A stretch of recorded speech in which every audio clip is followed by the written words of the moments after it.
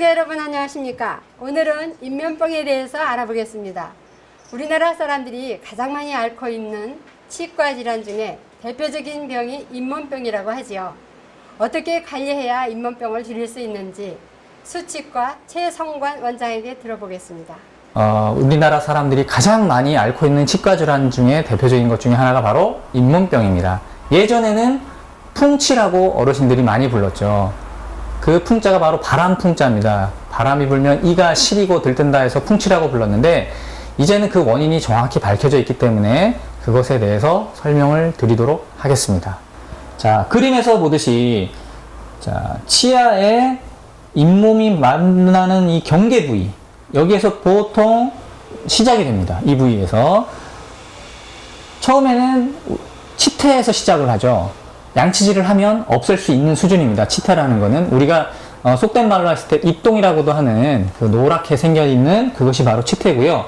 그것이 구강 내에 있는 미네랄 성분하고 합쳐지면서 그 세균과 미네랄이 딱딱하게 엉겨 붙은 것이 바로 치석입니다. 그래서 이렇게 일단 치석이 만들어지면 돌처럼 말 그대로 돌이에요. 그래서 딱딱하게 굳어지면 양치질로는 도저히 제거할 수가 없는 수준이 됩니다. 그래서 그때는 치과에 오셔서 스케일링을 통해서 제거를 해주셔야 됩니다. 자, 만약에, 자, 여기 치석이 이제 만들어지기 시작했죠. 까맣게. 치아와 잇몸이 시작되는 경계 부위에서 제일 먼저 쌓이기 시작한다고 했죠.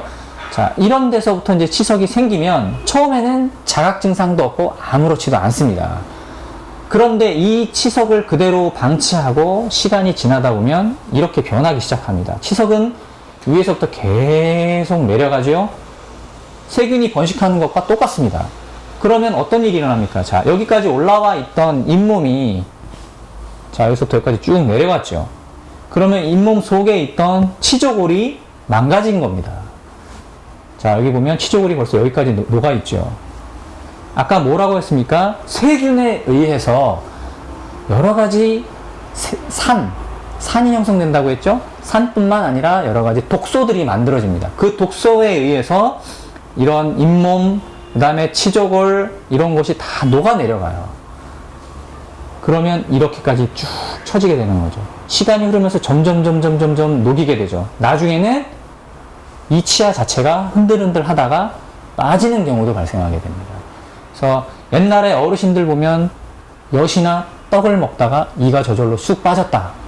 할아버지들한테 그런 얘기 가끔 들으신 분이 계실지 모르겠는데, 그게 바로 이렇게 됐기 때문에 그런 현상이 일어난 겁니다. 자, 그렇게 되지 않으려면 어떻게 해야 되느냐? 정답은 이미 알고 계십니다.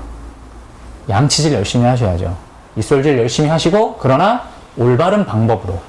그리고 만약에 잇몸병이 발생이 되었을 때는 즉각 치과를 방문하셔서 간단한 스케일링을 통해서 치료를 하시면 됩니다. 어떠한 경우에 스케일링도 보험이 적용되도록 되어 있습니다. 여러분 이걸 기억하시고요. 1년에 한 번씩은 꼭 치과에 방문하셔서 이렇게 만들지 마시고 이 상태에서 바로바로 치료를 하실 수 있도록 해주시면 건강하게 보내실 수 있겠습니다. 이상으로 7분의 뉴스를 마칩니다. 시청해주신 여러분 고맙습니다.